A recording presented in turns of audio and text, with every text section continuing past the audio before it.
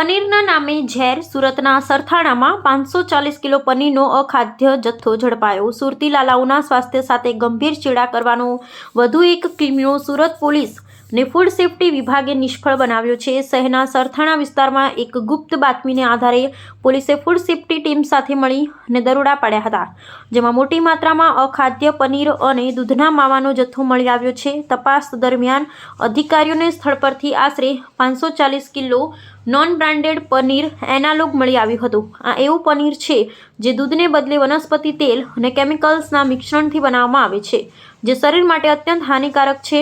આ ઉપરાંત આરોગ્ય વિભાગે 89 કિલો શંકાસ્પદ દૂધનો માવો પણ જપ્ત કર્યો છે. આ જથ્થો શહેરની વિવિધ હોટલો અને લારીઓ પર સપ્લાય થવાનો હોવાની આશંકા છે. ફૂડ સેફ્ટી ટીમે સ્થળ પરથી પનીર ને માવાના વિવિધ નમૂનાઓ એકત્ર કરી પબ્લિક હેલ્થ લેબોરેટરીમાં તપાસ અર્થે મોકલી આપ્યા છે. પોલીસના જણાવ્યા અનુસાર લેબોરેટરી રિપોર્ટમાં જો આ જથ્થો અખાદ્ય જાહેર થશે તો જવાબદાર શખ્સો સામે કડક કાયદેસરની કાર્યવાહી કરવામાં આવશે અને તેમની ધરપકડ પણ થઈ શકે છે. Reporter Sunil Ganjewala, Surat. Sir, SOG police દ્વારા સરથાણા પોલીસ સ્ટેશન વિસ્તારમાંથી ડુપ્લિકેટ પનીરનો જથ્થો પકડેલ છે. સર, એમાં શું હકીકત છે?